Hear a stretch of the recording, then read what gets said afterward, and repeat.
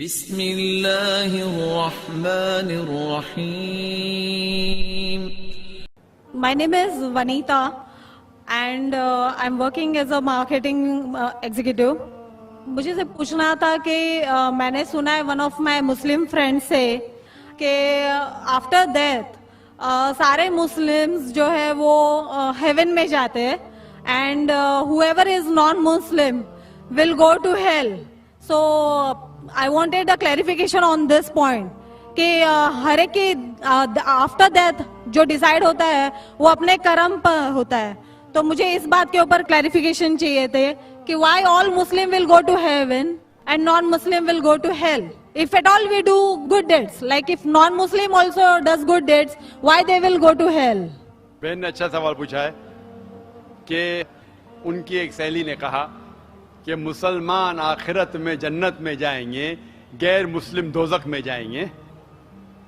مسلم مطلب وہ جو امن حاصل کرتا ہے، اللہ سبحانہ و تعالیٰ کے احکامات کے مطابق چلتا ہے، قرآن اور صحیح حدیث پہ عمل کرتا ہے، اسے کہتے ہیں صحیح مسلم. یہ بالکل صحیح ہے کہ جو عملی طور پہ صحیح مسلمان ہے وہ انشاءاللہ جنت میں جائے گا. لیکن آپ کا سوال تھا کہ جو غیر مسلم اچھے اعمال کرتے ہیں وہ کیوں نہیں جنت میں جائیں گے؟ بہن، جنت میں جانے کے لیے 4 شرائط ہے.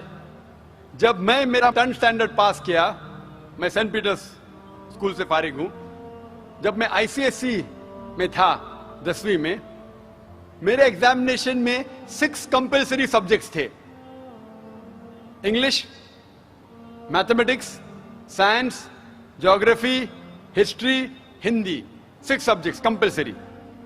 6 سبجیکٹس میں پاس ہونا کمپلسری ہے. اسی طریقے سے انسان کو جنت میں جانے کے لیے 4 شرائط ہے.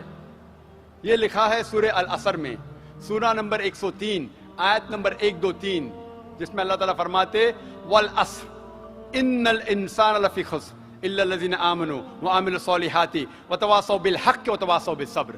اللہ سبحانہ و تعالیٰ قسم کھا رہے ہے وقت کی، عصر کی، بے شک انسان خسارے میں ہے. صرف وہ لوگ جو 4 چیز میں سفلتا پاتے ہیں وہ لوگ خسارے میں نہیں ہیں. اور یہ 4 چیزیں ایمان، عمل صالحات، وتواصوا بالحق، وتواصوا بالصبر.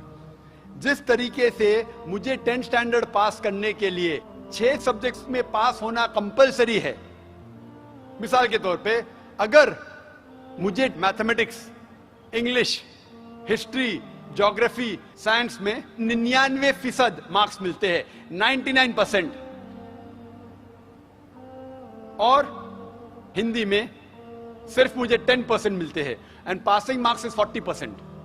پاس ہونے کے لیے 40 مارکس کی ضرورت ہے. اگر ایک سبجیکٹ میں، ہندی میں مجھے 10% مارکس ملتے ہیں اور باقی 5 سبجیکٹ میں 99% مارکس ملتے ہیں، کیا میں 10th اسٹینڈرڈ پاس کروں گا کہ نہیں؟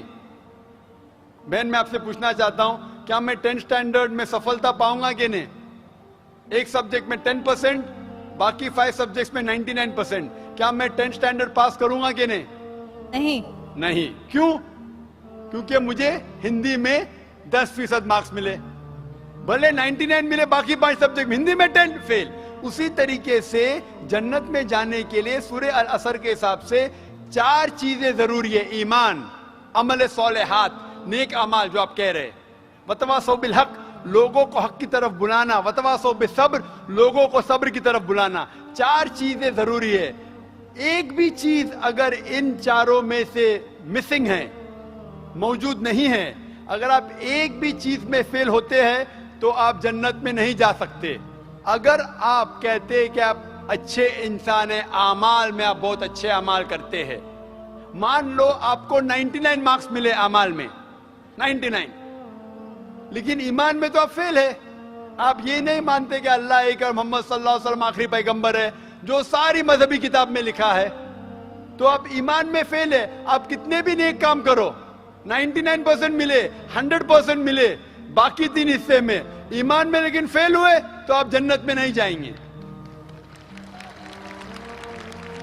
اسی طریقے سے اگر کوئی انسان نام کا مسلمان ہے، اچھے اعمال نہیں کرتا ہے، نیک اعمال نہیں کرتا ہے، وتواصوا بالحق، دعوت نہیں دیتا ہے لوگ کو، حق کے راہ پہ نہیں بلاتا ہے یا لوگ کو صبر کی طرف نہیں بلاتا ہے, صرف نام کا مسلمان ہے, محمد, سلطان, ذاکر, عبداللہ, تو وہ جنت میں نہیں جائے گا. اسے جنت میں جانے کے لیے ایمان, عمل صالحات, وتواصوا بالحق وتواصوا بالصبر, چاروں چیز کی ضرورت ہے. اسی لیے آپ اعمال کتنے بھی اچھے ہیں, اگر ایمان نہیں ہے کہ اللہ ایک ہے اور اللہ کے علاوہ کسی کی عبادت نہیں کرنا چاہیے, اور ایمان نہیں ہے کہ محمد صلی اللہ علیہ وسلم آخری پیغمبر ہے, تو آپ جنت میں کبھی بھی نہیں جائیں گے. بہن, کیا آپ میرے جواب سے سہمت ہے؟ Yes. Thank you for clarifying the point. You're most welcome. جی بھائی, مائک نمبر 1 سے اگر کوئی سوال ہو تو کریں. نمستے, میرا نام رمیش بھنڈارے ہے اور میں پروفیشن سے ٹیچر ہوں. تو میں نے سنا ہے کہ محمد پیغمبر جی نے چاند کی طرف انگلی دکھا کر چاند کے 2 ٹکڑے کیے ہیں, لیکن ابھی فی الحال انسان چاند پہ جا کر آ چکا ہے. تو یہ سائنٹیفکلی پروو ہو چکا ہے, یہ جاننا چاہتا ہوں میں. بھائی صاحب نے مجھے نمستے کہا. قرآن کی آیت ہے سورہ نساء سورہ نمبر 4 آیت نمبر 86 میں, کوئی بھی آپ کو اگر وش کرتا ہے تو اس کو اور بہترین طریقے سے وش کرو, یا کم از کم اتنا. آپ نے کہا نمستے, میں آپ کو پھر سے نمستے نہیں کہہ سکتا ہوں. کیوں؟ نمستے کے معنی ہے کہ میں آپ کے آگے جھک رہا ہوں, ادم نممے, مطلب آپ کے آگے جھک رہا ہوں. جھکنا صرف ہے ایشور کے سامنے. تو میں کہوں گا میرے آگے جھکنا حرام ہے, اس لیے میں کہوں گا السلام علیکم, آپ پہ سلامتی ہو. یہ سب سے بہترین طریقہ ہے.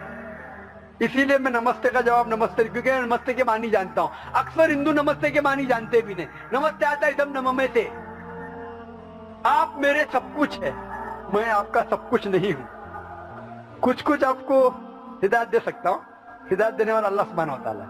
ہاں, تو اسی لیے میں نمستے کا جواب دوں گا السلام علیکم, اللہ کی سلامتی آپ پر ہو. آپ کا سوال تھا کہ محمد صلی اللہ علیہ وسلم چاند کے 2 ٹکڑے کر چکے ہیں, انسان چاند پہ جا چکا ہے, تو سائنٹیفکلی یہ ثابت ہوا کہ چاند کے 2 ٹکڑے ہوئے کہ نہیں. قرآن کی آیت شق القمر کی کئی حدیث ہے. ہم مانتے ہیں کہ یہ معجزہ تھا جو اللہ نے کیا. معجزہ کیا اللہ نے محمد صلی اللہ علیہ وسلم کے ذریعے. آج سائنٹیفک ریسرچ ہو چکا ہے, اور کچھ ایسٹرونامرز جو فلکیات کے ماہر ہیں وہ کہتے ہیں کہ چاند پہ ایک فشر ہے. فشر مطلب ایک لکیر ہے. کیا ہے پتہ نہیں. تو ہم کہتے ہیں کہ یہ لکیر شاید نشانی ہے جب اللہ کے پیغمبر محمد صلی اللہ علیہ وسلم نے شق القمر, قمر کے 2 ٹکڑے کیے تھے. ٹکڑے ہو گئے, واپس ہو گئے, تو یہ فشر ہے. تو سائنٹیفکلی ایک فشر ہے, کیا ہے لوگ کو پتہ نہیں.